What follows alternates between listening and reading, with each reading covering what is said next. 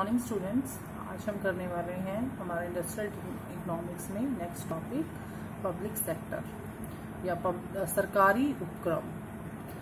Meaning of public sector enterprises are those part of economic system which is controlled by government, या हम कह सकते हैं it refers to those enterprises whose ownership and management are directly in the hands of government.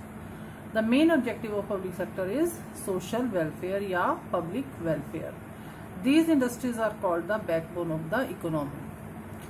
जैसे कि इसमें public sector जो है एंटरप्राइजेज वो होते हैं जिसमें गवर्नमेंट का कंट्रोल रहता है, गवर्नमेंट का ही कैपिटल रहता है, गवर्नमेंट का ही जो है पार्टिसिपेशन रहता है। और यहाँ पर जो मेन ऑब्जेक्टिव है इन सेक्टर्स का लोगों की वेलफेयर करना, पब्लिक की वेलफेयर करना। जैसे कि steel authority of India limited, national thermal power corporation, oil and natural gas, ये इंडस्ट्रीज जो हैं ये गवर्नमेंट द्वारा ही लगाई गई हैं और ये जो है इंफ्रास्ट्रक्चर प्रोवाइड करती हैं देश को।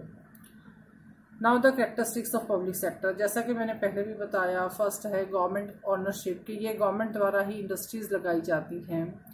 गवर्नमेंट ही सेकंड पॉइंट है मैनेजमेंट और कंट्रोल करती है और इसमें जो गवर्नमेंट ही फाइनेंस करती है।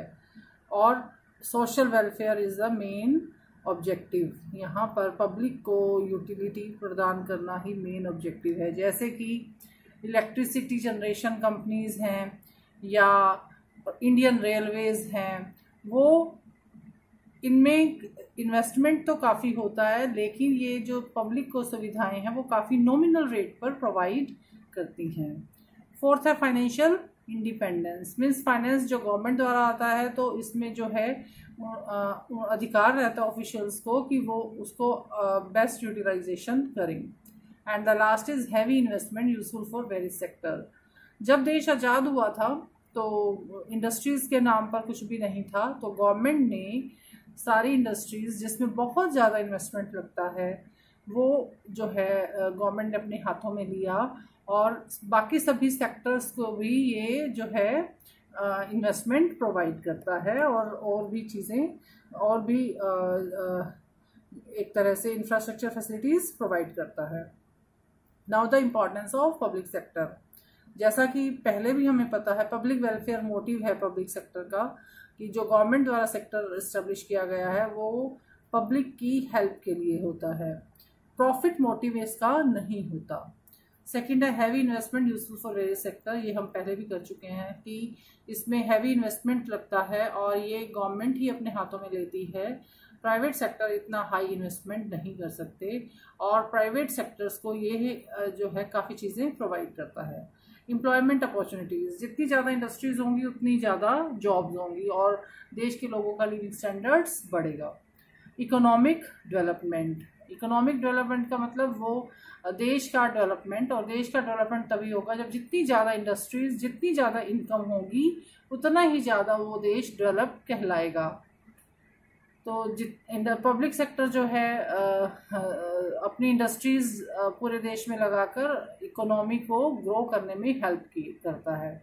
रीजनल डेवलपमेंट का मतलब है पूरे देश के डेवलपमेंट में किस रीजन का डेवलपमेंट ज़्यादा हुआ, जहाँ पे इंडस्ट्री लगी उस रीजन का डेवलपमेंट ज़्यादा होता है। सो गवर्नमेंट जो है ये बैलेंस करके चलती है कि हर तरफ ईस्ट वेस्ट नॉर्थ साउथ हर तरफ जो है डेवलपमेंट बराबर हो और हर तरफ इंडस्ट्रीज लगाई जाएं। प्रोटेक्शन टू सिक इंडस्ट्री का मतलब ऐसी इंडस्ट्री जो प्रॉफिट अर्न नहीं कर रही और लॉस अक्कर हो रहा है, तो ऐसी इंडस्ट्रीज को रिहेबिटलाइज किया जाता है, रीफाइनेंस किया जाता है बाय द गवर्नमेंट और उन इंडस्ट्रीज को बचाया जा सके और वहाँ से प्रॉफिट अर्न किया जा सके।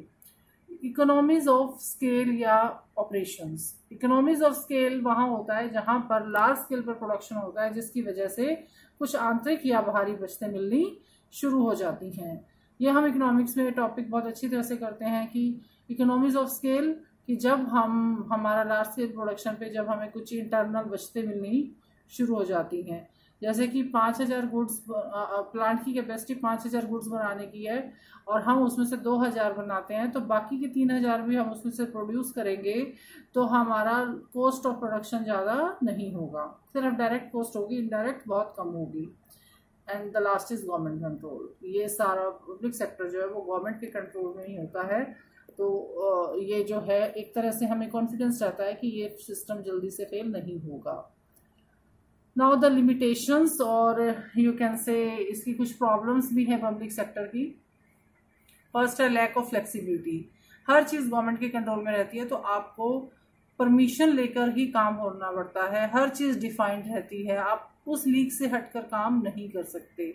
आप जो है हर डिसीजन के लिए you have to take the permission from the government sectors या government officials.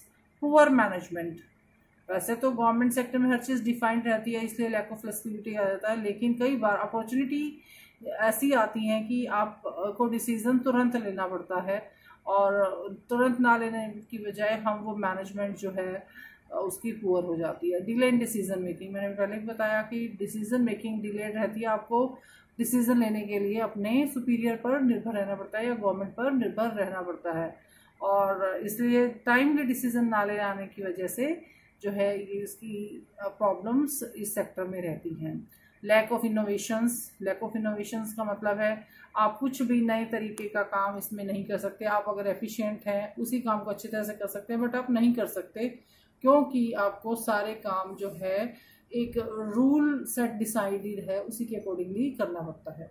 Lack of efficiency, यहाँ पर एफिशिएंसी इसलिए लैक कर जाती है क्योंकि जो इनोवेटिव लोग हैं वो प्राइवेट सेक्टर में जाना पसंद करते हैं जहाँ पर उनको उसके लिए हाईली पे भी किया जाता है और हाईली एडमायर भी किया जाता है। तो एफिशिएंट लोग प्राइवेट सेक्टर में मूव कर जाते हैं और इनएफिशिएंट लोग पब्लिक सेक्टर में रह जाते हैं। लास्ट है लैक ऑफ गुड्स वैरायटी।